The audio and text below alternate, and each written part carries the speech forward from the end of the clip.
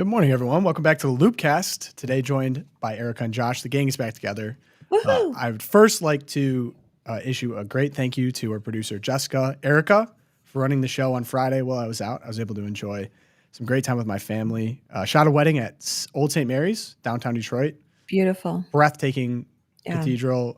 The grotto especially is impressive. It's like you're walking into a different world, kind of. So shout out to Detroit. Shout out to St. Mary's if anyone's over there. You guys enjoyed Seamus. I heard it was a good time. I had a good time. I hardly had to work at all. He just he spoke to speak. Spoke the truth. It was great. Oh, no. Did he talk too much for Josh? Nah. Why would I be worried? Your spot is safe here, Josh. No one's trying to take it. Yeah. We had Seamus rants. I don't think Josh we worry about rants. my seat being safe, brother. I might get replaced by Seamus, is what I'm hearing. Yeah, just get ready. Dust off that resume, brother. Oh, geez, shot fired. But hey, yeah, welcome to everyone here in the chat. I see we got some Red Wings fans in there. Awesome. But yeah, good morning to everyone. If you want to join us live, 11 a.m. Eastern time, you can do so on YouTube, Rumble, Twitter, all over the place. This is where it's the most fun, I guarantee. But thank you for listening to podcasts. Especially when I'm off, I'm extra grateful for the community that the LOOPCast is. And us being able to shoot the breeze and have fun with you guys, talk some news. Really, really grateful for all of you. Thank you for joining. So we had some good weekends, but Josh, you said hi to Pete Buttigieg, right, in Traverse City Friday? I did not, although he looks like your twin.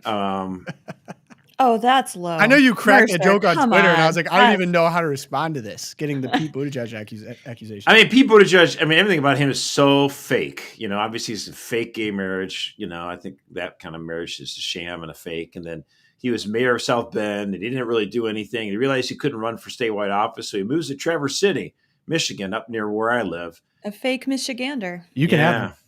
Because he knows he can't run for statewide office, but if he wants to run for governor, he could do it in Michigan or Senate, because it's a little bit bluer of a state than Indiana, which is nice. No doubt.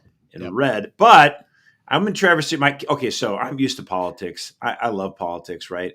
I live it, I breathe it, I do it all the time. I've seen President Trump. I've seen President Trump in the flesh, I think at least 2 times, maybe 3, I forget. But he announced he's coming to Traverse City to do a rally because Michigan is a big, important swing state. And so my wife and all my kids are like, let's go. Friday night, we're going to get all in the truck. We're going to go. And we get down there to the rally and hear, all the different congressmen and local people running, all the warm-up acts. And it's outside. It's getting kind of cold, and Trump's late by an hour. And I, of course, just like a good dad, I'm on my phone looking at Twitter. And I realized that he just finished up his interview with Joe Rogan, which is killer. It was 3 hours long. 60 million people are already watching it. And then he's jumping on the plane in Texas to fly to Michigan. I just realized, wait a minute. You're live on your phone. You're like, oh, he's not here.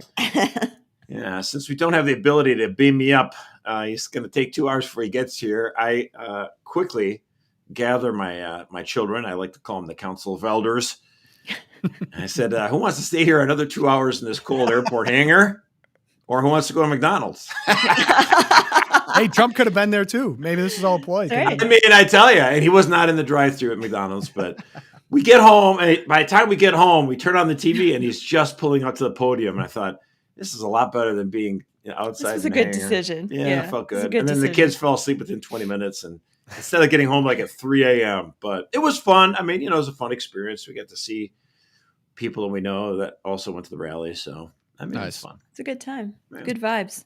Erika, you had a crazy weekend. Oh my gosh. It was this was a great example of homeschooling does not mean you stay in your home all the time. But we had the homeschool sock hop on Saturday night. This is 250 people, and it's the whole family. So you have dads dancing with their daughters, and people were dressed up, and it was so wholesome.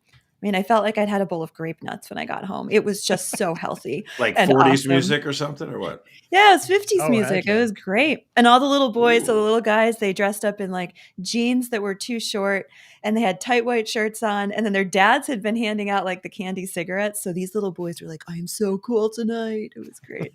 It was just so wholesome. Candy cigarettes, that was a big thing. I used to sell them in my middle school in the 80s. I got in trouble. You used to sell them? Oh, yeah. I used to sell. I used to sell candy cigarettes. I used to sell packs of gum all in middle school. I was an entrepreneur from day one. Out of your Hustling then, backpack? baby. Yeah, always hustling.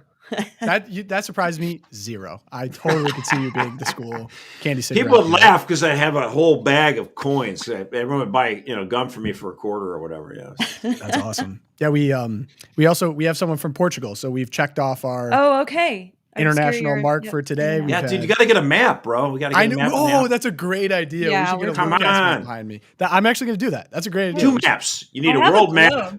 You need a world map. I'm gonna start like putting things on my globe. You need a world map and a USA map. Of course, I have the old school world map where the United States, the North American continent, is in the middle, and you've got Europe and Asia on each side. Are you a cartographer, Loki?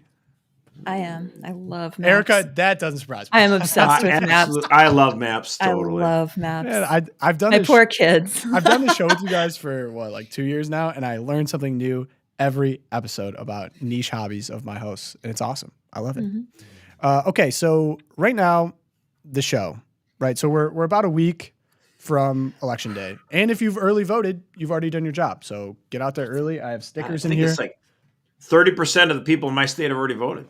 Mm-hmm. Oh, you did it, Pogo. No, I haven't. This is a lie. You just have a sticker? I refuse. That? I have too much integrity to lie to this audience. I haven't yet. As I said, I was out of town. I appreciate the honesty, but thank you. They have early voting in Indiana, though, don't they? Yes. Okay. I had to go out of town, obviously, so I will. Okay. One of our managers in here was yelling at me, said I need to put this pin on. I said I will not do it. I have too much integrity, but I will. I will be voting. I want you to be able to wear that with integrity on Wednesday. That's what I will do. We expect to see it.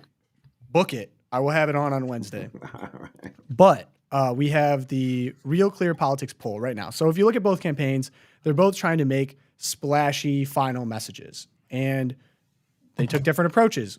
Donald Trump went to his hometown of New York City, and he sold out Madison Square Garden. Now, say what you want about Trump, about politics, anything like that. Selling out Madison Square Garden is a big deal in New York. He filled it up. On the flip side, Kamala Harris headed to Houston. She brought out Beyonce, which, Beyonce, big deal. Say what you want about Beyonce. She's a draw. So we're going to get into both those campaigns, but I thought we'd start with some Real Clear Politics polls. So I'm going to share my screen here, and we can take a look. And I want to get, Josh, like you said, you like politics. You've admitted it many times on this podcast. And I want to hear from you. What are we looking at right now in terms of polling? How tight is it? Does anyone have a real edge here? I'm looking at the Real Clear Politics poll. I'm seeing the national from CBS. We have Harris +1, national ABC News. Yeah, you need to do the averages, though. This is just the latest. Right. I'm looking at the latest, but I want to hear from you, Josh. What are we looking at in terms of polling? Yeah, I mean, again, the best way to do it is, they do have those averages with the Real Clear Politics. And I like this link here, which you can, if you want to put it on your screen, I'll send it to you so that the viewers can see it. I got to do this here. It'll take a little time because that gives us that rolling average. Okay. And then also what it does is it provides information at the top. So the rolling average, finally, with the new poll that recent polls that have dropped over the weekend, he's actually leading in the national polls on the national average. Okay. It's like 0.1%. And people are like, who cares about the national polls? We don't have a national election. We have 50 states plus DC. I know that. I'm not an idiot. But you learn something by polling a national audience so you can try to decipher what's going on, right? So just to get an understanding of this, they also have it on that same page. That's why I like coming back to this page, not just the rolling average. So he finally, surpasses Kamala in the national polling average of the national polls.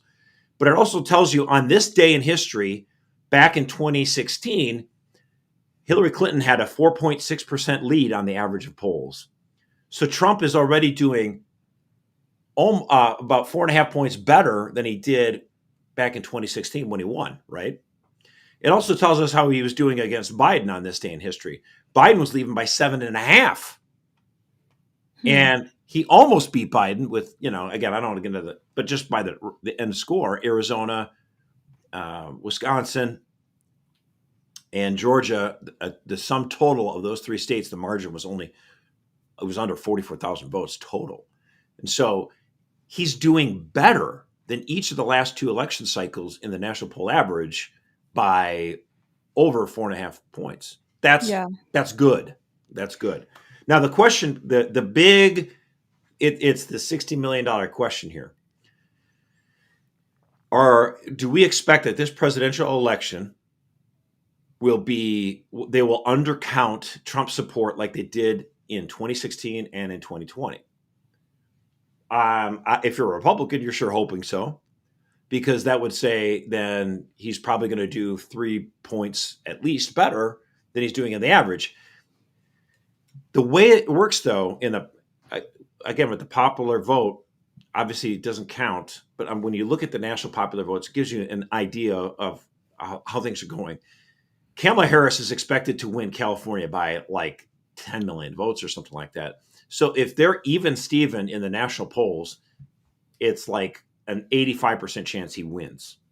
Mm-hmm. And the reason they say that, presumably if those numbers are right, and the polls can change in 8 days, I get it. But why is because if she's going to run up the score in states like California and New York, people are like, oh, this rally in Madison Square Garden, maybe Trump will win. He filled up this Madison Square Garden. Maybe New York's up for grabs. Dude, if he wins New York, he's winning 48 states, okay? I mean, he's not going to win probably New York, okay? The thing is, you have 20 million people that live in the New York metropolitan area. Filling up Madison Square Garden is not an impossible thing to do. You could do it, okay? So I don't want people to get too high on the fumes here.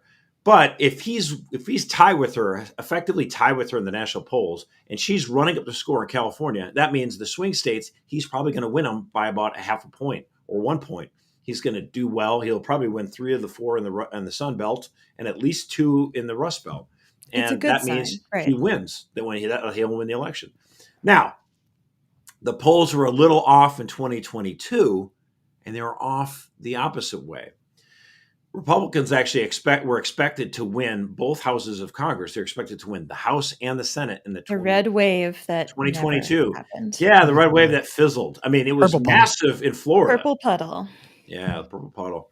So what happened there?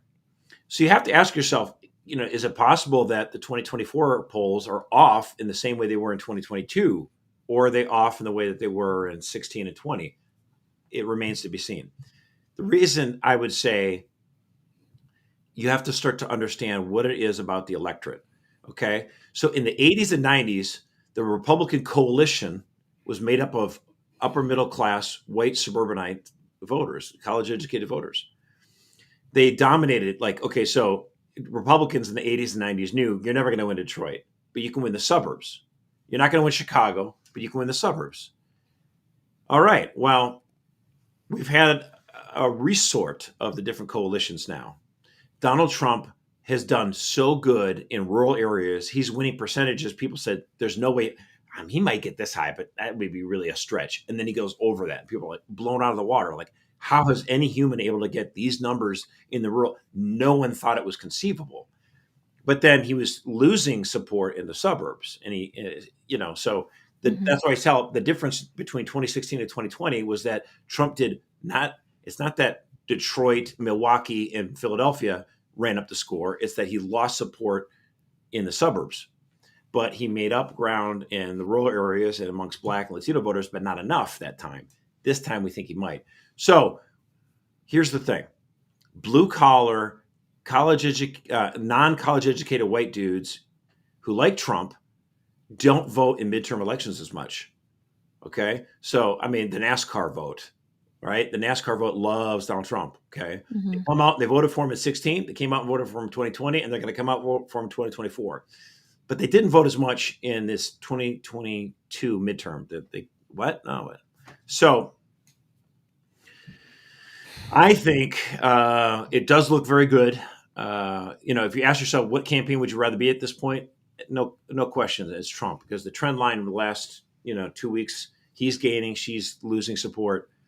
And it's looking good, but you got to vote. Well, let's take a look here. And Erika, I got a question for you. I mean, you look at the 2 rallies, grabbing news headlines over the weekend. It's not even close. I mean, Trump sold out Madison Square Garden. It was a big, flashy show. He brought on Dr. Phil, brought out Hulk Hogan. It was just a exuberant event to prove a point almost. I can sell out MSG. I can go into the bluest parts of the country, and I can still do it. Even if this doesn't have electoral implications, Erika, why do you think Trump did something like this in Madison Square Garden. Yeah, I think that one, it's his hometown. He loves New York. Two, I think he wanted to prove that I can draw a sold out crowd in the middle of deep blue in Manhattan. It's kind of a little bit of a middle finger, if you want to say, in some ways. But I think the exuberance at Madison Square Garden is an iconic American venue. Obviously, like, one of the reasons his event filled the news was, yes, on the positive side, for his campaign, people were like, this is great. Look at the lineup. Look at the coalition he has built. We've got Tulsi Gabbard and RFK Jr. standing up there with Vivek and Tucker Carlson. I mean, just crazy, strange times make strange bedfellows going on there. But on the negative side, it also got a negative press, and negative press is still press because obviously, oh, really? Yeah. And so the entire left media gets into this. Look, it's a Nazi rally. It has intimations of the 1932 rally of the neo-Nazis. So I'm going to stop you there. So you look at this and you look at this. Okay, this is Marielle Trump, Not who's even basically similar. made her fame off of being mad at her relative, I assume. Yes. So I saw the Nazi implications. Of course, that was brought up by Kamala Harris first to kind of go after Trump as being a Nazi, is the new attack point. What was this event that they're all referencing here? Was this Madison Square Garden? Was this just in New York? What are the comparisons? Yeah, that was legit. That is Madison Square Garden. There was a movement in the country, in the United States, pro-Nazi, or Charles Lindbergh helped lead it, right? Yeah. So it really happened, and it was really there. I mean, in 1992, wasn't it? Bill Clinton had a rally there as well. Nobody seemed to make connections between Bill Clinton and the 1930s. Look, events happen in Madison Square Garden. Trump had an event in Madison Square Garden, and the left goes, oh, "They're the same thing." I mean, I heard that both Trump and Hitler have worn suits before. Yeah, they probably drank water too. I mean, both of them. Yeah, and breathed air. So but I mean, one of my can I just say one of my favorite please one of my favorite comebacks though, all over Twitter following this event. You had Orthodox Jews attending the rally and praying their evening prayers together in the middle of the rally. And they were like, oh, the difference between this neo-Nazi rally where Jews are allowed to come and pray out loud together and a Kamala Harris rally where Jews can go, but they're probably going to be attacked by pro-Palestinian protesters. Which one's the more like the Nazis? Come on. But well, there was a similarity though between the average Kamala Harris rally and the Trump rally here. At the Madison Square Garden rally that Trump had, there were people that brought, Israeli flags, and then people brought them also to Kamala Harris's rallies, although they set them on fire. Right, that would be the difference, I guess. I mean, it's just like the Jews that went to the Trump rally. I mean, it's like worst Nazis ever. When they had a beautiful black woman saying the national anthem, worst Nazis ever. Yeah, it almost, to your point. Look at the headlines. It's obvious from a casual observer who looked at this Madison Square Garden rally that these are either the worst Nazis ever or it's not Nazi at all, right? Like it's a bad comparison. Obviously, right. But apparently the smartest people at the biggest news organizations in our country, look at how they're titling this here. You get breaking news. Right. Trump's MSG rally comes 85 years after pro-Nazi rally at famed arena. You go over to CNN. Trump leans into hateful rhetoric on immigration at MSG rally in CNN. Trump re-ups vile rhetoric about migrants at MSG. We got MSNBC chiming in here. So objective. Trump forgoes prompter to rant about conspiracies from MSNBC. I mean... it's again, so shrill. I would just like to say the Catholic left would attack conservative Catholics for so many years about Trump's rhetoric, right? And like most conservative Catholics in response would say, I actually support Donald Trump for his policies. I think he's got a lot of good positive traits, but I'm not going to defend some of the things that he's done that we think are objectionable. We rightly object to them. Where is the Catholic left objecting to Kamala Harris calling out everyone in the country who supports her opponent being a Nazi? Right. Yeah, and maybe that's nothing from the Catholic left on this because they're a bunch of baloney. They talk about how lying is a problem only when their opponents do it, but not when they do it. This feels like basket of deplorables light. Like it was one thing when you could compare Trump to Hitler, whatever, but it's now going a step further. It's calling people that even support Donald Trump or the coalition in any way a Nazi. Right. Not so subtly either. I mean, very obviously calling people Nazis.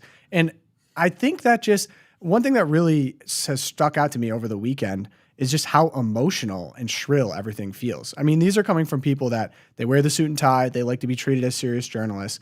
But I mean, you got Jake Tapper legitimately on the verge of tears interviewing JD Vance. This is a legitimate journalist. They seem stressed out. Very they seem stressed a little out. Stressed. Yeah. It's like like the toys about to be taken away from the kids. Poor Jake. Jake Russia, Tapper Russia. He was better back when he was a spokesman for Hooters. He should have just stayed in that job. Was he really? Yeah. No way. Oh my God. Wow. He also dated Monica Lewinsky. Oh, did he really? Oh. Yes, he did. Oh my God. I did not know that. Dude, you drop something like this every episode. It's like the Morning Joe used to be a Republican. Like people I've never known this. Yeah. Scarborough was, of course. Yeah. I remember cheering when he got elected. That was great. Yeah. Now he's a total piece of work. Yeah. So let's close out the MSG segment on Trump's closing. This is what I'm here for. Thanks, Josh. After all we have been through together, we stand on the verge of the 4 greatest years in the history of the USA. With your help from now until Election Day, we will restore America's promise. We will put America first, and we will take back the nation that we all love. We bleed the same blood. We share the same home, and we salute the same great American flag. We are one people, one family, and one glorious nation under God. We will never give in. We will never give up. We will never, ever back down. And we will never, ever, ever, ever surrender.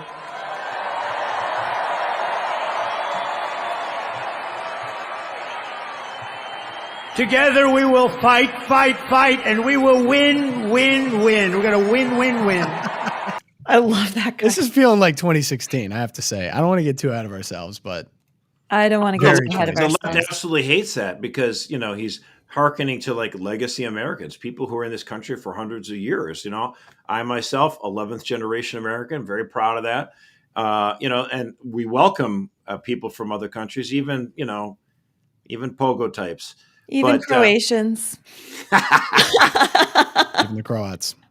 Even the Croats. No, but it's like he's speaking to that. I mean, like, again, there's several different articles that have shaped my opinions. One of them was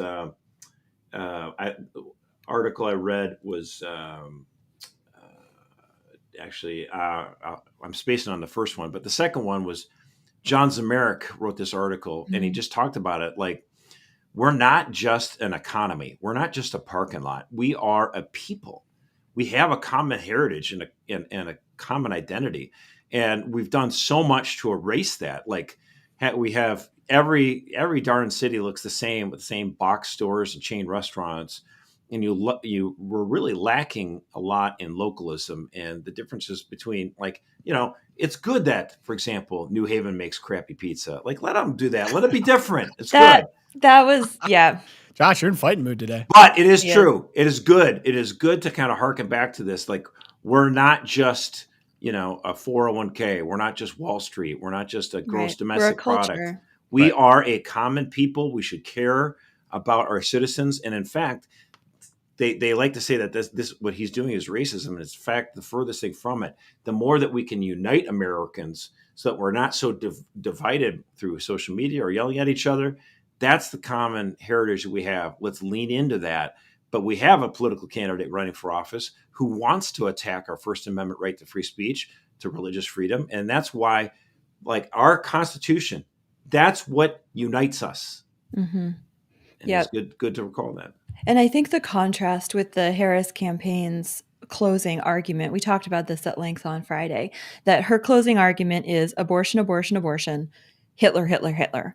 And she is banking all of her final rhetoric on Donald Trump is bad, I'm not Donald Trump. And that their rhetoric, I think the difference between 2016 is that it's even more now, that this is getting very shrill.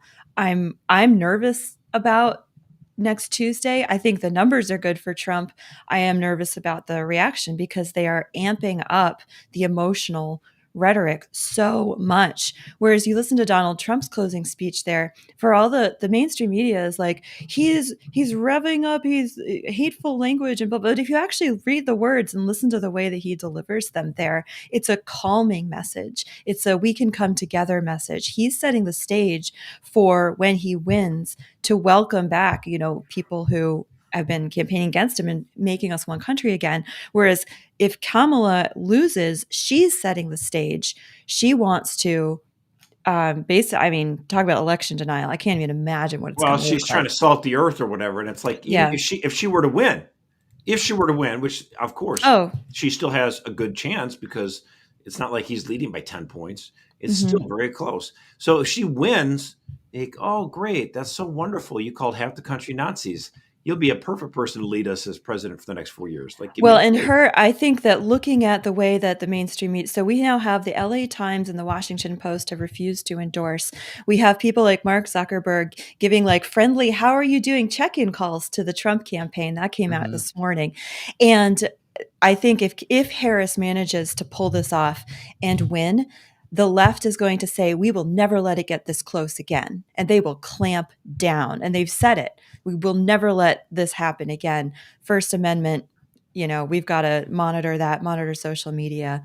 A lot is at stake. I don't think like you said, we can't sit on the laurels. It can't be like, it looks so good for Trump. We got to get out there, keep communicating, keep pushing your friends to vote because there's a lot at stake. The one thing I'd like to say is I talked to somebody recently, a Beltway insider, and he was just frustrated, oh gosh, Trump's ceiling is at 49%. If we just had a better candidate. And I just oh my gosh, why is it that so many people in the Beltway think Trump is a poor candidate? I'm always shocked by this. He makes some mistakes, sure, but his policy and his instincts overall are very good. And this is one of those questions I always ask people, hey, do you think Marco Rubio or Ted Cruz could have won the 2016 election? And people go, oh yeah, he could have done. I'm like, okay, I basically am not going to take anything. Your opinion is invalid. Lost. You're just invalid. And with regards to what you just said, Erika, they're never going to let this happen again. It's worth recalling Fisher King. I love following him on Twitter. Fisher King 64. He goes, to prevent Trump from becoming president of the United States, the left, what do? Number one, they try to remove him from the ballot in 16 states. They tried to, number two, bankrupt him with frivolous civil lawsuits. Number three, they tried to jail him with fake criminal prosecutions. Number four, they encouraged hysteria that resulted in 2 assassination attempts. And beyond that, they hobbled him in office with hoaxes like the Russian nonsense, state prosecutors filing lawsuit after lawsuit to prevent him from enforcing immigration laws. They impeached him twice, including the last week he was in office. They suggested he was mentally ill or incompetent, with professors writing newspaper editorials. There is a power structure, Fisher King says, that is frightened to death of a new Trump presidency. Right. Now, you ask yourself this, are they frightened of politicians like Scott Walker? No. Are they afraid of Republicans like Tim Pawlenty? No, they're not. Not scary. So we need Trump to get in there to reset the deep state and the bureaucracy and to try to get it so that we can actually have a free country again. Yeah, I can't wait for Elon to do some efficiency slashing. It's two visions for the country. No question. I mean, because the same thing, so the same people that will complain about what Trump is going to do, aka mass deportation, slashing government agencies, border security, economy with tariffs, whatever, those people are not talking about, of course, the things that Democrats would do once they get back into office in terms of censorship, et cetera. So there's 2 directions we go here. That's why everyone feels this election is important. So Kamala Harris, and you guys talked about her closing argument more in detail on Friday, but she drew that rally of 30,000 people. Many are saying it's because she promised a free Beyonce concert. And Yes. they didn't get one, did They they? did not deliver, did they? They did All the not. single ladies. No, they did not. And it's so funny. I was even looking on Twitter, like you can see the moment when people realize that Beyonce's not coming. And so people started booing pretty She's not immediately. performing. Yeah.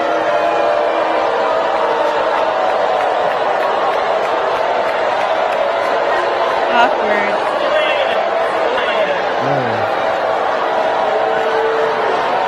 Oh. She's doing that That is smile, and painful. she's smiling, but she just is so angry. She wishes she had a staffer nearby that she could throw something at him. Yeah, I think a lot of people lost their job over the weekend again. People were chanting Trump too, because they were mad that they didn't come out. And then my personal favorite moment from the rally was she actually brought up a cohort of abortion doctors on the stage, and there was a medical emergency during this exchange. Did you guys see this? Yes, I Well, did. I'm glad I had 2 Twilight Zones, so Oh, sorry, buddy. Oh, that's This is a big part of the abortion. We're talking about a major promise of the Kamala campaign. What's enthusing voters is abortion, right? So you get, of course, hilarious. You look at these doctors. Do you think doctors walk around all the time in scrubs? Like In they their lab needed to coats. condescend the audience by proving to them, oh yeah, these are doctors. Don't worry, they're wearing white Oh, scrubs. Trump would definitely have any doctor he had in scrubs. You got to Yeah. you got to play the part. I don't mind that. It's what happened next. Okay, so here we go. Ill and dying.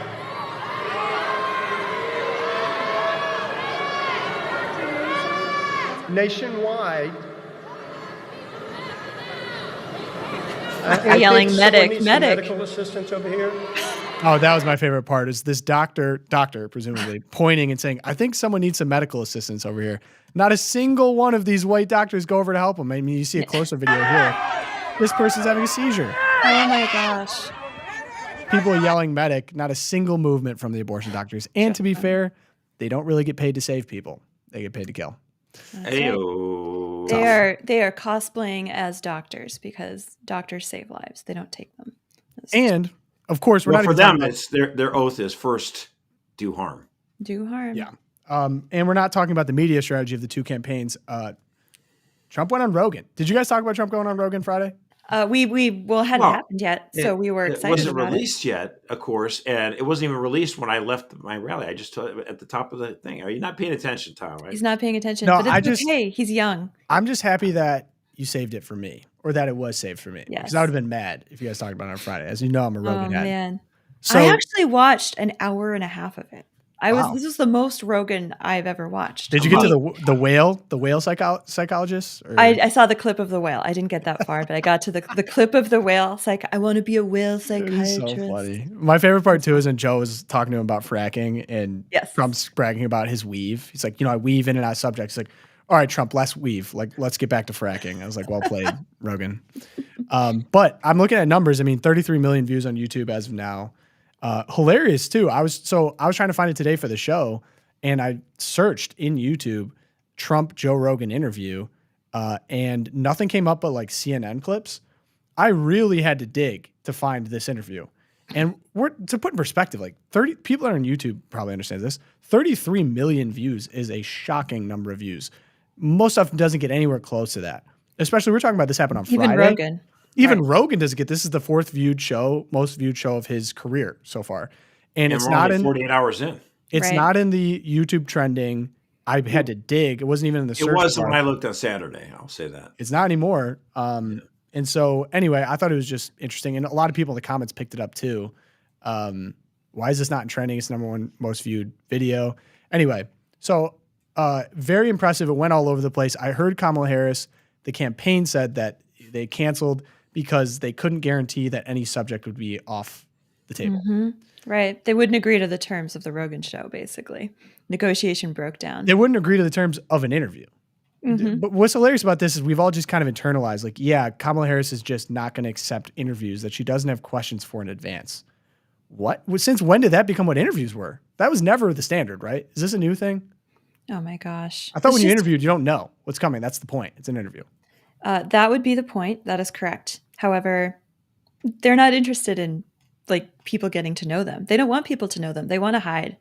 Democracy dies in darkness, remember? Oh boy, we're gonna get into that. But I did want to point out too that Kamala Harris, and she was sipping on a beer with Gretchen Whitmer and got caught on hot mic saying that we need to gain ground with young men. So, and people my age will appreciate this. They reached out to Barstool Sports, and Barstool Sports, Dave Portnoy actually interviewed Trump when he was in the White House. They're I wouldn't say apolitical, but they're not really big politics people, right? This is definitely their home run demo. Ish. Their home run demo is 18 to 35. I know. He likes his sports, and he likes his beer. He likes his pizza. He likes his bikini babes. Yeah. And he likes abortion because he attacked Republicans on abortion in the past. That's for sure. Right. But we've gone over all that. That's kind of besides the point here. Kamala Harris campaign reached out. They wanted to go on one of Dave Portnoy's shows, their football show, pardon my take, and then also this guy, Jack Mack, on Barstool. And I thought that Jack Mack at this point is like, hey, it's just not going to happen. Like, I actually they did decline, but I said I would do it. I'd still do this interview. I think it'd be hilarious to talk to Kamala Harris at this point in the race just to see what she's got to say. And similar experience, he made a video about it. He said that they reached out, 2 shows declined. He said yes. They said, okay, I'll meet you anywhere. I'll talk anytime. Said, you have 5-10 minutes. What are the terms? And he said, oh, you need to send the questions in advance. And so I was like, okay, I'm happy to send them. Here you go. And I was dying at the questions that he sent over. So he sends over, and I'm going to have to go here. I hear you have a Glock, but I am concerned you are going to take our guns. Trump often says he's not involved with Project 2025, but you and your running mate keep saying that he is. Why is that? Are you aware of the Costco universe? What does that mean? I don't even know what that Josh, means. I do not even begin to understand the time required to explain that to you at this point. Side topic. Should we have not stopped building the wall? Question mark. The internet is saying you don't do real interviews. Is this one? I mean, he's just over these kind of middle finger questions, and surprisingly, they didn't get back to him. So I don't think it's a shock that, unfortunately. Yeah. So the chase for young men continues.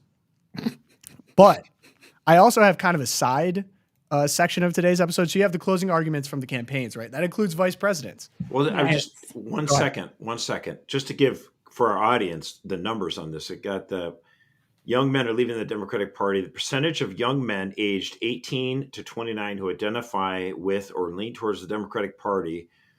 Back in 2016, 51% of young men identified or leaned Democrat. That number has dropped to 39%. So that's a pretty obvious precipitous decline for the Democrats. Right. I mean, there's a reason that they're sounding the alarm bells. But you get J.D. Vance, and J.D. Vance really rounds out the ticket so nicely, of course. Yeah. Our Catholic king. But Tim Walz thought, and a good I cannot get over how dumb this is.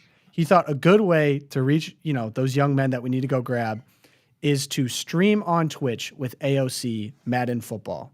Oh my goodness. On Sunday. During the games. When real games are going on. Yeah. Do it on a Tuesday night when there's no football. Who is advising this campaign? It's like they only have men who hello, fellow kids. And women.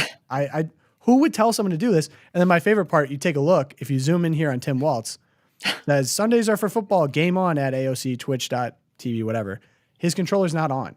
Oh my goodness. There's a little bit somebody said. I don't even know. I would have no way to know that's true or not because I don't play these kids for Josh, I know you don't. But I have. I'm aware. And there's a light that needs to be on for this to be on. So it's literally not even on. So everything about this is fake. My other favorite part was when they're playing the game, instead of, like, if Trump would have played the game or any normal person would have played the game, you would have had some, like, trash talk or talk about what you're trying to do strategy-wise or whatever. He's on with AOC talking politics. Oh, like, I was like, are they even going to play the game? I mean, listen to this conversation. This is Project 2025 from Personal Freedoms. I think a lot of folks on here are kind of independent folks, independent thinkers about things. Why would you want the government telling you what books to read or what doctor to see? Or what? I'm trying to watch the game. The government's going to tell me what books I'm going to read just because you don't have smut porn in school. Draw a playbook in football. Snap the ball. Those guys choose the play. I'm looking at this so annoyed. Project 2025. And they put millions of dollars and then you get into Project 2025. You don't spend millions of dollars without planning to use it. Oh God, no! And it's all these people around him. And JD Vance said, "I don't know anything about it." Snap the ball. He wrote the foreword of the book of The Architect. Oh my gosh. Anyway. Again, I can't vote for Trump any harder than I already am. I mean, that just made me mad enough as is. I was like, as a guy who's played these games. The thing that terrifies me, though, is that half the country is still going to vote for Harris Walz, which is exactly what they're saying about me right now. They're like, I can't believe half the country is going to vote for Hitler.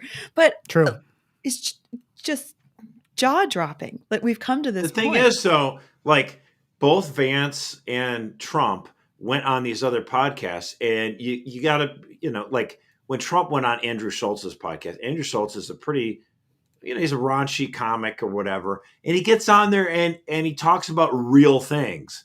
Right. He talked about the assassination attempt, obviously, and then he talks about his son Barron and all this kind of stuff. Real topics that people actually would be interested in talking about. Right? He's not playing a video game and then like, hey, Project 2025. Book banning. It's so dumb. He just has and people will say, well, okay, Trump's not a normal guy because he was born with a silver spoon in his mouth and he's a billionaire. But at the same time, he can at least sit down and have a normal conversation with normal people and that Joe Rogan did not give him those questions ahead of time. He didn't prep. They talked about whale psychology. I know, whale psychiatrists. And it was just really... And how cool Elon Musk's space stuff is. Like, yeah, that's what I'm talking about. Actually, with regards to the Joe Rogan interview, one of the things, again, the Never Trumpers in the GOP who are still so upset, and we're just one Nikki Haley election away from getting the GOP back to 2005. Liz Cheney, yeah. And become a bunch of warmongers who don't care about social issues. I mean, Donald Trump has done more social issues ads than any other Republican in history on a presidential level. He's done so much to talk about how trans, like this is bad news. But they say Trump is like, stupid and he's dumb and he's lazy and he doesn't read anything. And he's on Rogan and he's talking about visiting the Lincoln bedroom and he's talking about how Abe and his wife were both depressed because of their son Tad, who died at such a young age, and they have a little picture of him. And he's going through all this history, just like off the top.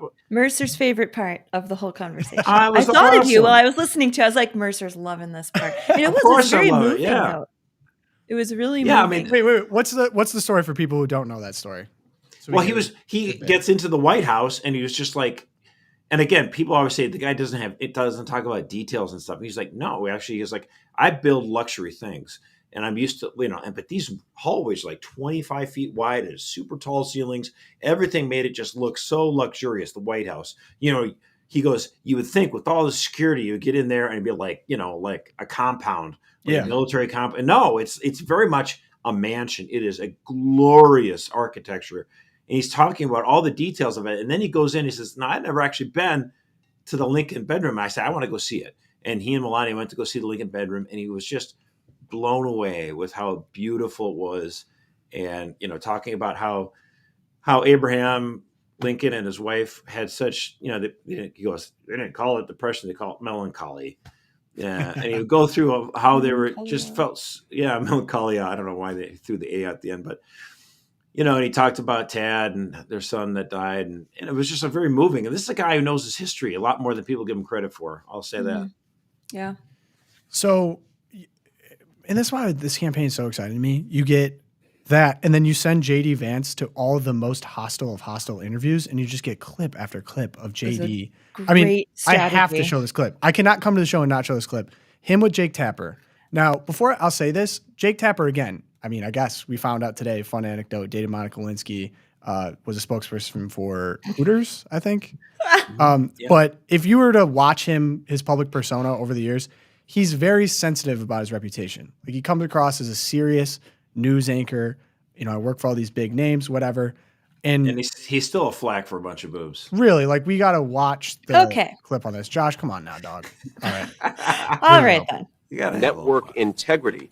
You guys talked about the Russia hoax nonstop. The FBI was investigating it. The FBI was investigating it, and so we recovered them. And so you took the words of unnamed FBI agents and put them on your network as if they were the gospel truth. You did it again and again. A viewer of your network would have believed that Donald Trump and Vladimir Putin conspired in 2016. No. That was totally and preposterously false. No. Well, that's what you just that's said is why. false. We covered an FBI investigation. I don't know why you want to talk about the FBI investigation. You covered it in a way that gave credence to anonymous sources' accusations. You did it yourself. Your network did it, Jake. But again, can we talk about the issues that Americans care I'm most talking about things that Donald Trump has said. Yes. If you have an issue Kamala with whether or Harris- not he's talking about the economy enough, that's between you and your running mate. I'm talking about things he has said this week. Every single rally that he does, he talks about how he wants to unleash American energy so we can lower the cost of groceries. He talks about the fact that housing has become unaffordable. He talks about the wide open border, Jake. Kamala Harris and her allies, it's interesting.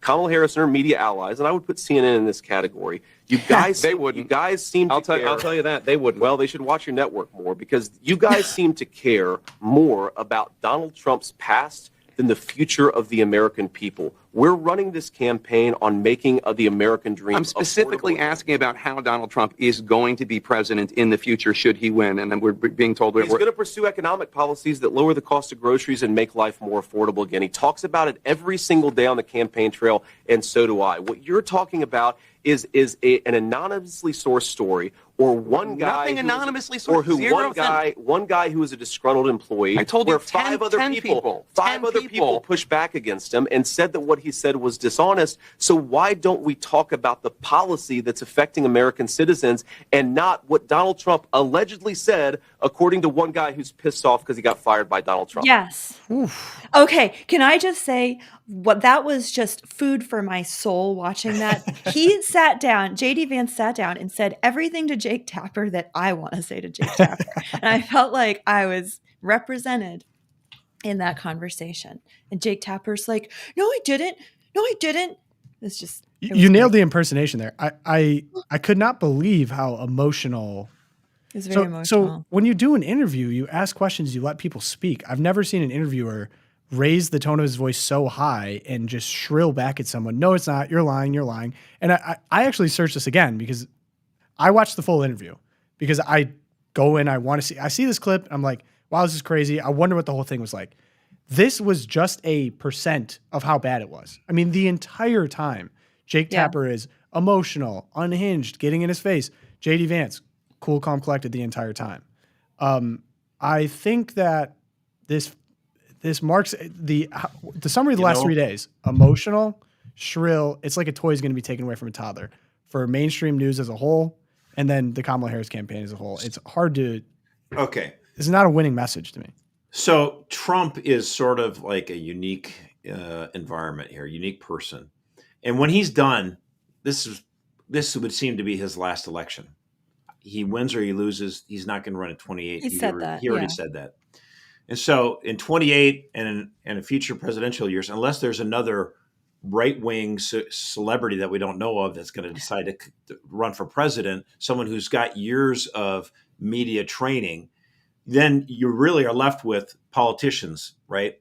And so I would just again say we need every single Republican, pro-life, conservative guy, whatever, watch, study everything that JD Vance is doing in this and other clips, because you have to understand your opponent is not a Democrat. Your opponent is the media. Yes. That is your media. That's who you need to be understanding. And look how he handles hostile interviewers. It's like he lives for it. I mean, like this, he feeds on it like oxygen. The guy is crazy. He loves it. He lives for it. And he always is like, he puts back against their attacks and then he's already pivoting. Like, and what I care about is what people care about, not what you care about. Boom. He's just absolutely. And what's so great about this textbook in the Every internet Republican age. should watch him. So the summary of the entire interview, and he focused on the Trump Hitler generals and the John Kelly story of fascism using the military against the people, whatever.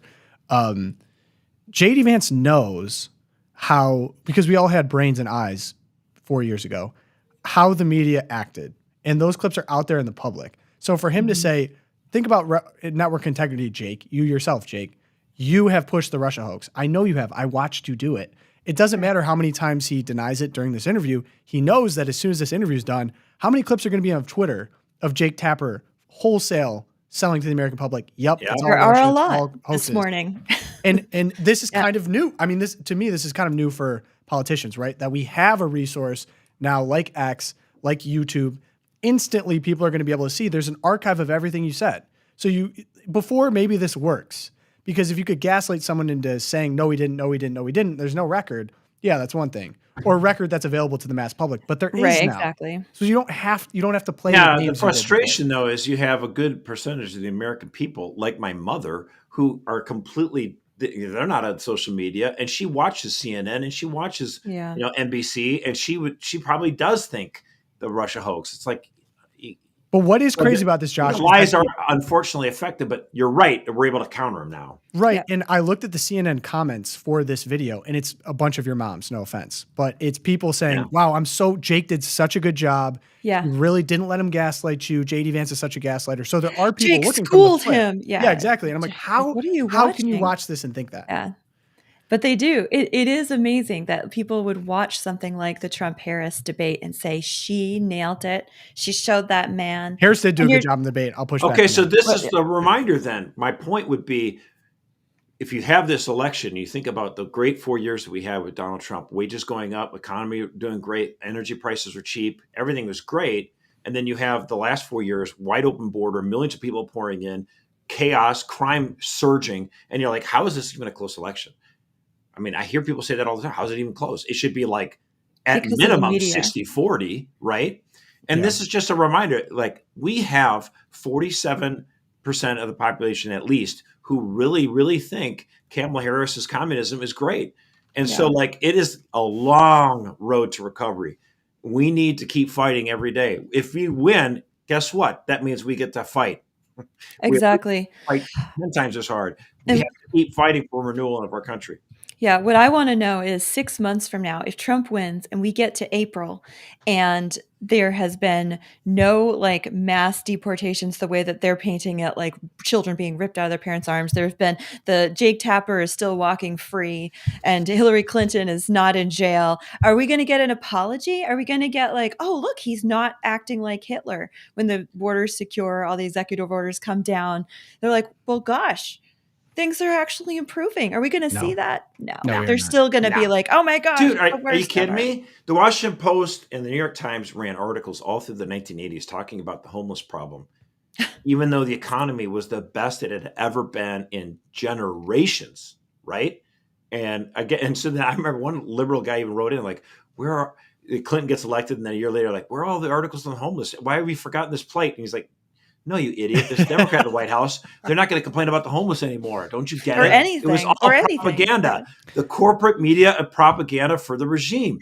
Yeah. I mean, is Dana Bash going to come on and be like, oh, look, there's no pregnancy registry that's been like forced on women. Yeah, no. Look, we're not all dying. Oh my gosh. Vivek said it so right. We're not running against the candidate. We're running against the system.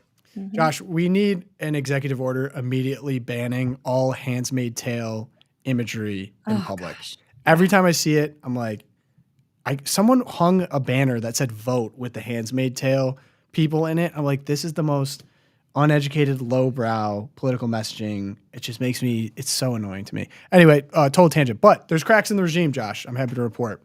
So maybe I likened it to my personal Christmas. One of the things I've enjoyed the most, just sitting popcorn observing, was the Washington Post declining to endorse Kamala Harris in the race. Now, this was the second one that made me happy because the LA Times also declined to endorse Kamala Harris for different reasons, presumably, not according to the libs. So this is a change of tradition for the two esteemed newspapers. And they're claiming that their billionaire owners, Jeff Bezos and Patrick Cheung of the LA Times, told their respective editorial departments to kill opinion pieces set to endorse Democratic nominee Kamala Harris over the GOP's nominee, Donald Trump. WAPO denies this. They're saying the CEO killed the endorsement, not Bezos. Now, the meltdown, public meltdown, I should say, is like nothing I've ever seen. Hard to imagine like working for someone and then your workplace does something you don't like, and instead of quitting, you virtue signal online about how evil and wrong it is, but you're still collecting the paycheck. Anyway, besides the point. Some of them did quit, though. Some of them did quit. So the Washington the Post editor, Robert Kagan, confirmed he resigned from the Post following today's decision not to endorse in the presidential race. and the editorial team kind of had a tantrum online, and I'm going to go through some of them. Again, I've never had so much fun perusing Twitter. So we have Susan Rice. So much for democracy dies in darkness. This is the most hypocritical, chicken-ass move from a publication that is supposed to hold people in power to account. So that one was fun. We have their cartoonist. I'm sure she was probably crying. I'm sure there's tear marks on this, but they just published a cartoon. Dies in darkness. Get it? Oh, it's dark. Just So brave. Wow. Hashtag stunning. So creative. Josh, we got it. Can you describe this for the audio listeners? It's kind of a complex. Literally, she took a paintbrush, dipped it in black paint, and painted a rectangle. So creative and ingenious. I think there's a tear stain here, stain here. This is like changing my mind. This is art that really moves the world right there. Yeah. Now, I might have to go back and change my vote from Trump to someone else just because it was so brave. You're going to go vote again, Josh? Yeah. So my favorite part though was that so Jennifer Rubin, what's her tagline? It's like Jennifer Democracy Dies in Darkness Rubin or pro something. Jennifer, quote, "We aren't going back, Rubin." She's just the worst ever. She writes for the Washington Post. So she was actually encouraging people at the LA Times to quit after they didn't endorse. Bravo, all respect. And where are the rest of them? We are yet to see a resignation from Jennifer Rubin on the Washington Post not endorsing. Now, before we get into all the fun, Josh, I just want to hear from you. When did news outlets get in the business of endorsing candidates? Newspapers have endorsed candidates for well over 100 years. It's a very long tradition. And so it's funny about this because Jan Crawford for CBS, she's a reporter. She's one of, I would actually say, one of the very few, very good reporters. And she said, "I've hated newspaper endorsements since my days as a city desk reporter, arguing with the local candidate that a Tribune endorsement didn't mean I, as a news reporter, supported his opponent. Endorsements fuel appearance of a bias and have no impact. Easiest cost-benefit analysis ever," she says, to get rid of them. But I actually would prefer the newspapers to keep the endorsements. And in fact, I wish it would extend to CBS, NBC, and CNN because it would be more honest. Mm-hmm. You are already, it's like I wish we had the same tradition for the newspaper, for the news media, TV stations that we do for the newspapers, because it's obvious if CNN if we had the same tradition and the news outlets would have a thing on the Saturday night before the election where they come and tell you who they think you should vote for. Well, it's obvious NBC, CNN, ABC would all say vote for Kamala Harris. We would know. And we'd be like, see? And the reason why Jan Crawford at CBS doesn't like it when her newspaper did it is because it's like, well, it feels like it's influencing, the decision of this company on how you do coverage. Report. It may not have for Jan Crawford because she strikes me as truly an honest reporter, and they're so very rare in the national news media. Mm-hmm. But yeah, actually, I know a lot about news. I know about how editorial direction, story selection, and all the things you decide to cover. Headlining, right. There's so much ways that you can put your fingers on the scale. For sure. And I always try to say with regards to the Loop, I try to be honest about the biases that we have. We actually believe what the Catholic Church teaches is true, which I wish the leader of the church did. And we give out the headlines and we talk about the things, and we're out there. We believe in the constitutional government that we have. We like the Bill of Rights. We don't think it's terrible that people have constitutional freedoms. And you can look at it and, we make our judgments and we let the voters and the viewers decide. Yep. Preach. I wish that I would have done a parody meltdown when Catholic vote endorsed Trump. That would have been sick. The opportunity will come around in about 4 years. And possible. You can do your parody. It's possible. But my personal favorite element of the WAPO story was you get celebrities like Mark Hamill tearfully canceling their WAPO subscriptions online and posting it. And that they're so disappointed and they're trying to take a stand.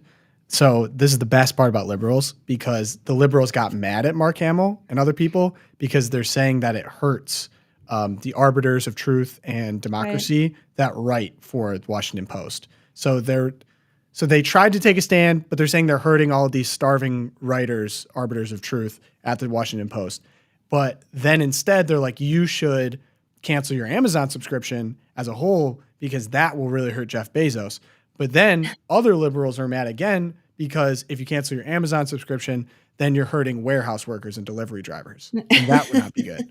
So overall, just a tremendous day on Friday, I have to say. Very fun. I love it. I love when liberals attack each other. Makes my day. Yeah, it really does. Just get me going. So, all right, we got Twilight Zone now. Josh. I thought I'd do a little bit of a palate cleanser. Here's a little. Thank you. While we load this video up here, this campaign ad. It's a little bit different than other ones. Hi, I'm Gil Fulbright. The people that run my campaign, they've made this commercial, and I'm in it. This campaign, it's not about me. It's about crafting a version of me that'll appeal to you. A version that visits random work sites with paid actors pointing at things. A version of me that doesn't find old people loathsome or pointless.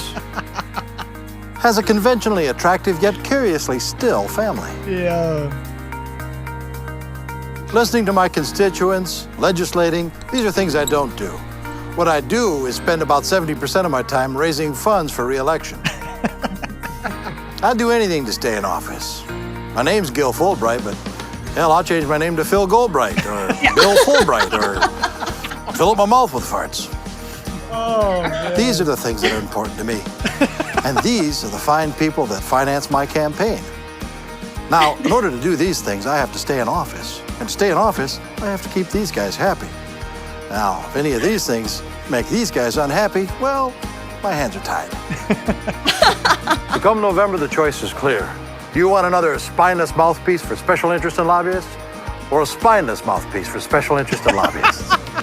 I'm Philip Amalfi Farts, and I approve this message. Josh, what a gem. This one makes the rounds every election cycle. I figured some people hadn't seen it yet. It's pretty cool. This is old? Oh, yeah, dude. This is, yeah. That's awesome. Josh, you are a steel trap of fun stories in history. I've never seen this. This reminds me of, my dad just showed me Idiocracy for the first time over the weekend. Have you seen it? So good. I love that movie. I could not get over how funny that movie was. And some people have references like we're slowly electrolytes. Shout out to Idiocracy. I thought it was funny. I haven't finished it yet. I got like halfway through. But oh, dude, yes. Erika. Oh, so good. All right. Well done.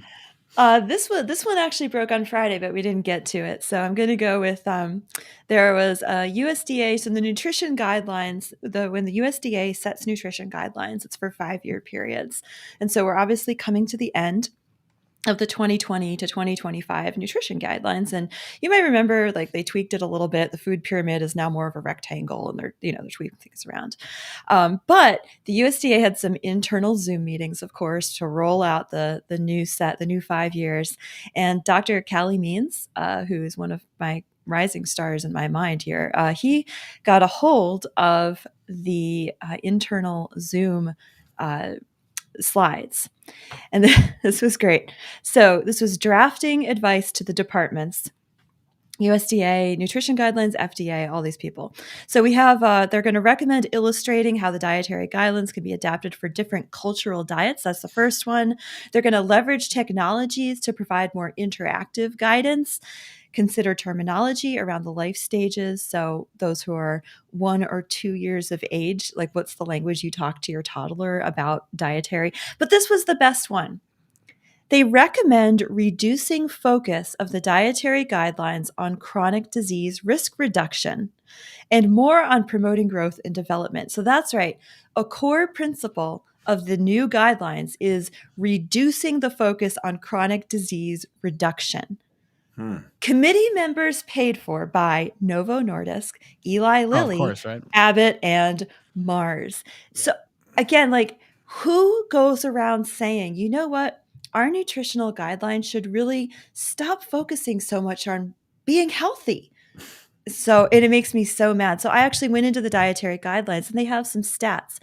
So who is this reduced focus on chronic health reduction efforts? So 61% of children ages 2 to 4 are basically forced to abide by these dietary guidelines. And that percentage of the population reduces as you get older. But then the other part of the population that is most affected by changes to the dietary guidelines, again, because of where they are in their lives are 60 plus. So people who are at the older part of their life, elderly part, I can't talk anymore, and then the very smallest children, who are, of course, both of those demographics are at most risk of chronic aid. So anyway, I'm totally on the Maha train now. Make America healthy Welcome again. aboard. Aha, Maha. That's me. I'm ready. But Welcome that was aboard. just how do you even say we're going to reduce our focus on reducing chronic disease? It's just Well, if you get enough money from lobbyists, then Oh my God. presumably because the amount of chronic disease and childhood obesity is falling fast, but no, it's not. It's Ruh-roh. still Raggy. Up we go. We need a Twilight Zone. Raggy. Disband the USDA. Disband the FDA. I'm like, just burn it all to the ground. Really Marxist of me. I know. Okay. So my Twilight Zone, I was watching football with my lovely wife, and her family is from the Chicago area. And Josh knows what I'm about to get into. And you know what's beautiful about sports, guys, is sports has lessons for life. Okay, teamwork, fortitude, learning how to lose with dignity, sportsmanship, excellence, cooperation. One of the main messages of sports, though, is humility. And for those who watched the Bears Washington Commanders, the former R words football game, it came down to the wire. And Catholics' most prominent place in sports is this phrase, Hail Mary. And it got into a situation against the Vikings. I never liked that. Even I've heard of a Hail Mary pass. That's right. Even if you're not football people, we've all heard of Hail Mary, okay? And so the Bears looked like they're about to win the game. Washington had to throw one of these Hail Marys.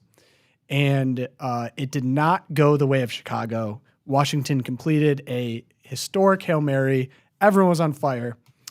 But it comes out that there's partially a reason why this was completed. I'm going to roll the tape. Yeah. You got cell phone evidence. My boy down here. Here's the play going on. He is for the audio listeners, he is taunting the crowd during the play. The last that a play Bears of the game. defender? Bears defender basically saying, serious? Game over. We won. Screw you guys. He's just out to lunch. And as I'm commentate, don't worry. He gets involved in the play. Here comes the play. Okay. Oh, he realized, play's going on. I better go get involved. We got Jaden Daniels running around in the background around here. Heaves the Hail Mary pass. Launch. This was the guy who was taunting. Gets up. He tips it to the enemy. Raggy. That is tough. That is humiliation. The crowd goes wild. Shout out to this guy or whoever, Joe. Whoever had this was just cell phone footage before the game. Now, everyone was already mad enough at the Bears for losing here because they probably shouldn't. Look at this face. This is the face. Okay. That is joy. Now, that's Kamala Harris. You want real joy? There's some joy in that. This guy is going to have the worst week of practice of his life. I wouldn't be surprised if they cut him in the locker room after doing this. Yeah, he's going to get chewed out by coach. So life lessons in sports, guys. Never celebrate too early, especially with this election. Go out and vote. Don't get complacent. Go tell your friends to vote. Go tell everyone you know to vote. And stay humble. As Han Solo said to Luke Skywalker, great shot, kid, but don't get cocky. Exactly. That's right. And I would like to send us all off. I'd like to send us all off into our next episode with some Washington Post reporting. So the Washington Post, as we brought up, some people are angry at the Washington Post. And I would like to bring up a fun fact about the Washington Post. They have finally found an illegal immigrant that they want to deport. Oh. And it is Elon Musk. The South African. Headline, Elon Musk, enemy of open borders, launched his career working illegally. Is this their October surprise? This Could is be pathetic. Could be. Oh, man. They finally found someone that they wanted to deport.